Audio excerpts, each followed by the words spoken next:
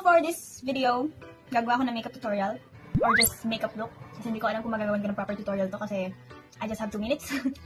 Let's start.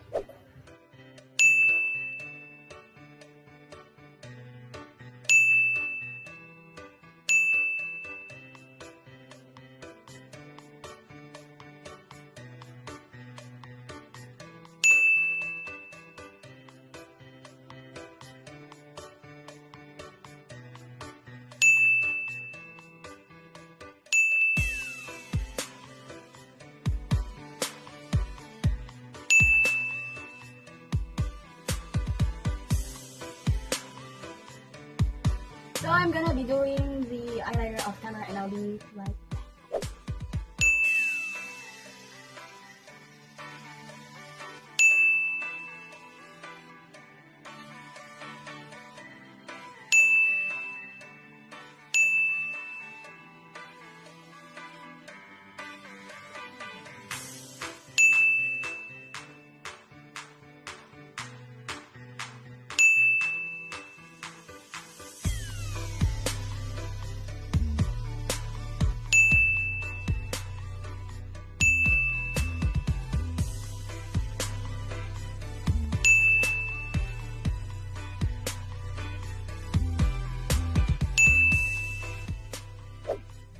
Thank you so much for watching this video and bye!